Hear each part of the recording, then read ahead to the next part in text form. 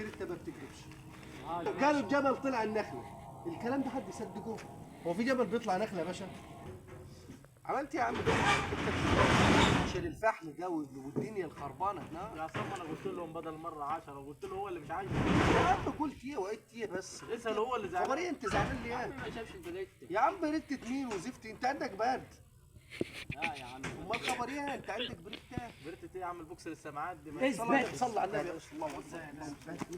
والله العظيم ما معايا حاجه، والله ما معايا حاجه. لا اله الا الله، لا اله الا الله. منك لله منك يا باشا يا باشا.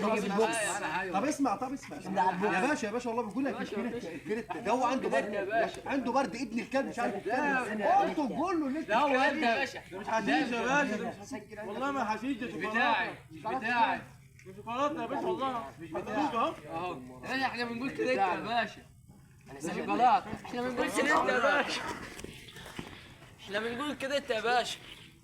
انت على البوكس، انت على البوكس. هات والله ما معايا حاجه. ماشي ليه ده جوه؟ والله ما معايا حاجه. مفيش حاجه والله، مفيش حاجه، مفيش حاجه يا باشا والله. صلى على النبي صلى على النبي صلى على النبي صلى على النبي. مفيش يا باشا صلى على النبي.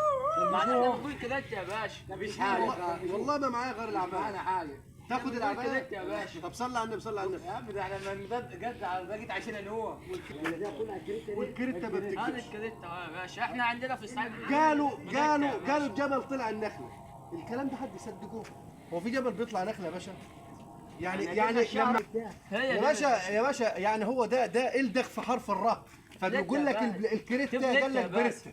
والكريتة سمعت يا باشا؟